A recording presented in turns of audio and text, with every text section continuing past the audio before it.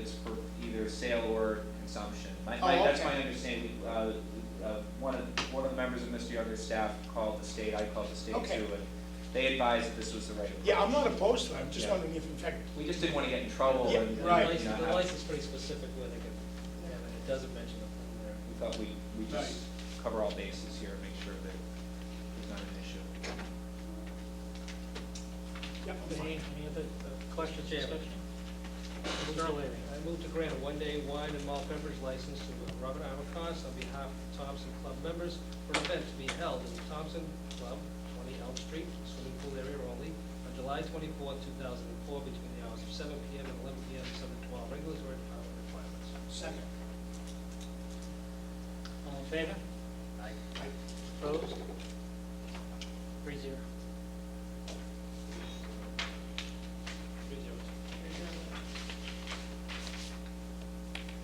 Great, thanks. Thanks for waiting, sorry. Yes, thank you. Thanks, Bob. Yeah, Karen's out this week.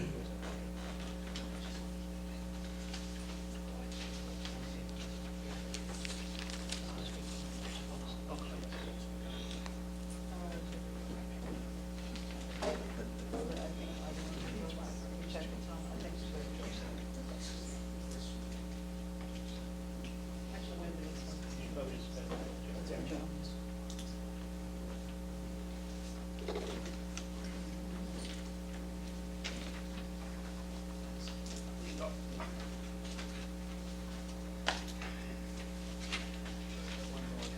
Joe, one more coming down.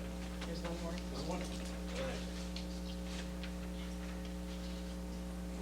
Did I miss the public comment? You did. It wasn't there. It wasn't a big one. The street clips.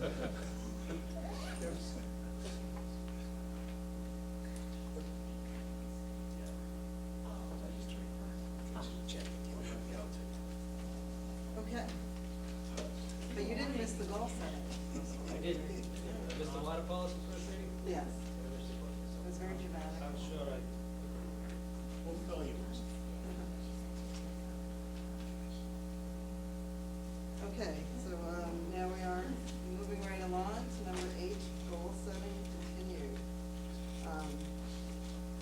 We're just gonna continue with the ranked goals. Does anyone need a copy? I do. I want to be sure you're working off of that. As a matter of fact, I do. The same thing from last week, the BOS We're way ahead of goal this. scoring. This one here, correct? You got it. Yeah, I don't have mine. Well, you have some How extra many? copies. I think just one. Oh, there's one up there. Alicia needs one. Do you need one? Yeah, two. Actually, Can't tell the goals on our score sheet. That's right. Your stats. I have one. Low numbers are good, high numbers are bad. Next year I'm gonna do it the other way. Just a mess. Mess everybody We up. won't be done with this one by next year. Hopefully tonight, it's only 8:15. Okay. I think I may need my memory refreshed a little bit here, but were we on, about to discuss interdepartmental contract negotiation continuity? I had it crossed off, but then I gave my sheet to someone for, Yeah, he gave it to me, and I have a cross right here, it's on the department head. yeah, so that's where we were. Okay, good. Okay, so, we were on interdepartmental contract negotiation continuity. And, I believe the idea of this was, to have some, for lack of a better word, continuity or, again, guest discussions and, setting negotiations and contracts for both the general government, among general government contracts and school department contracts. So, perhaps the submitter of this could come forth. I don't have that with me. Was that you, Steve? Who submitted the goal? Let's go on up to it. I think that's right. It was a mention. It's always a, yeah, good mention, it's just a lofty goal. Over the years, we've been trying to, try and coordinate our negotiation efforts with all town employees to see if we can try and bring all the contracts in line with one another. awfully successful on the general government side, obviously, we have some say and control over that. And for the most part, our contracts are pretty much in line, there's a few little variances. But when it comes time to negotiate percentage of increase and things of that nature, we generally, the board, do pretty well. But when we do a side-by-side analysis with the school department, there seems to be a difference. And everybody here knows all too well that about 84% of our expenses are salaries. So somehow or other get a handle on that, living within the constraints of Proposition 2.5, that we rest of pencil, paper, fuel, and insurance, the pension liability. So it's still, I think, a good exercise to try and sit down with the school department and the school committee. And if not as a board, through the administrator and the superintendent, to bring the message from both of them, whatever messages from both boards. Just keep us informed, keep us in the loop, and see if there is any way that we could try and coordinate our efforts and negotiations from a timing standpoint too. You know, we don't want to enter into new fiscal years without contracts, which we have done in the past. Maybe that's something else we should, just as an aside, put in there, is to try and go to a town meeting with all contracts settled. On occasion, we do go to a town meeting that have to come back a year later, or year and a half, 2 years later, and fund what we signed for a contract. So, we can do that. So, okay. Any discussion? Mr. Vino? I think it's a great idea to try to do this, but I know it's been tried in the past and failed miserably. I don't know, I mean, we can control our side, but that's the only side we can control. I have no problem leaving it on as a goal, but I hate to put a goal on that we cannot make happen, because we cannot make this happen. We can ask and request, as we have in the past, to some extent. I have no problem with leaving it there, but I think we all know how the last round of contracts went, and we can only control the general government side. And that's all I have to say on that. I have no problem with leaving it there, but we can only do general government. Any other discussion, Mr. Misery? Well, I think it's important that we make an attempt, that we keep an open dialogue. There's benefits that are paid from the town side of the budget. I think it's essential that, it may not be essential to keep every single item from department to department the same, but in balance, the cost ought to be the same.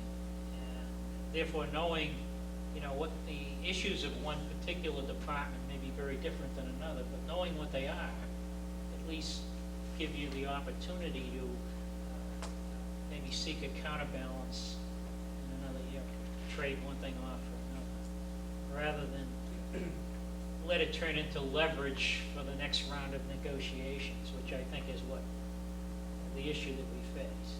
So if we can find some way of avoiding or minimizing the leverage any one group has based on what was done to another group at a previous contract, I think that's important, because this contract growing, somebody gets something here and all of a sudden it's a major issue for another bargaining team next time around, and it's an ever escalating factor that we have to deal with. Plus, there are rising costs in specific benefits and health insurance and things like that. It would be good to find ways of coming up with some uniformity across the board there, so that we could leverage and maintain and control ever exceeding cost, increasing costs of these benefits. Mr. Bowden? Yeah, along those lines, maybe the town administrator needs this one. If, for instance, pick any one of the unions over, let's say on the school side, the custodial union, if in their negotiation, they change the percentage of contribution towards health insurance, that's on the municipal side of the ledger, correct, when we get to budget time. How does that transpire? I mean, is that a negotiable item? In certain towns it is, in other towns it isn't. I'm not trying to.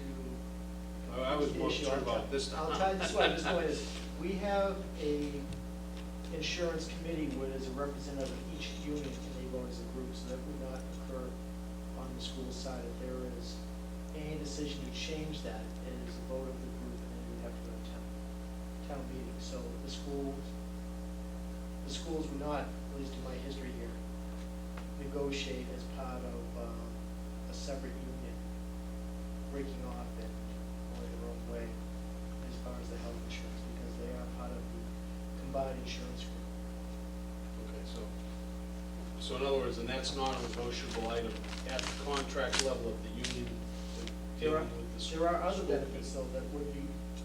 that Such would be, as, sick leave buyback, vacation buyback,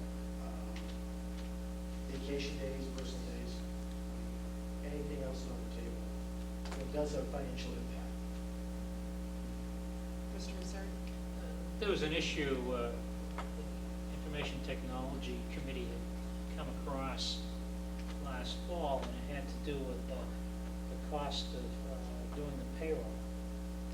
And it was centered around, it was being done in-house. It requires a fair amount of labor because the software isn't necessarily friendly or isn't always working properly. I think the town treasurer had gone out and looked at doing it on the outside. Lots of companies have payroll done on the outside. And she determined that it was going to cost more going on the outside, but it was based on the fact that we're set to a weekly payroll. And, you know, if you had a bi-weekly payroll, then your cost is somewhat halved. So when you think of it in those terms, and now if you look across the board, and maybe that's something you'd like to work into a future contract, which it doesn't impact in terms of wages, it just impacts the frequency to which they get a check, and at the same time, there could be a savings there. So there are things like that I think definitely should be part of this, looking at continuity. well, if I may, I agree that this is a goal that would be very helpful to us. And to the extent that we actually can impact this, because basically we negotiate with our town administrator all the other contracts except for the school department. So that's what we're talking about here. So maybe if we could just, as a board, ask the town administrator to send a letter to acknowledge that we would negotiate on, not negotiate, but I guess be in communication about issues that are going to impact the municipal side of the budget, and see if we can get a response from the school committee and a commitment to that those issues, that they would keep us informed of, because those are also I mean, in terms of what their contracts are and that, they were different last time, but they didn't have any impact on how we bargained here, at least this last time around. They might the next one coming up, but I think if we stuck to the issues that actually are going to have a direct impact on the municipal side of the budget, if we could ask the school committee, and if they would be willing to enter into that, agreement with us, that they would keep us informed of any changes being negotiated. I don't know if that's a start. I'm not sure what more we can ask for. Well, we had a meeting scheduled with them that I was going to talk about in old and new business for setting a budget timeline in a couple of weeks. And maybe before, I guess, sending something in writing, maybe we could have a little bit of dialogue with them there, because I think, the superintendent and then business manager should be there, and the finance committee representatives will be there. So maybe that would be a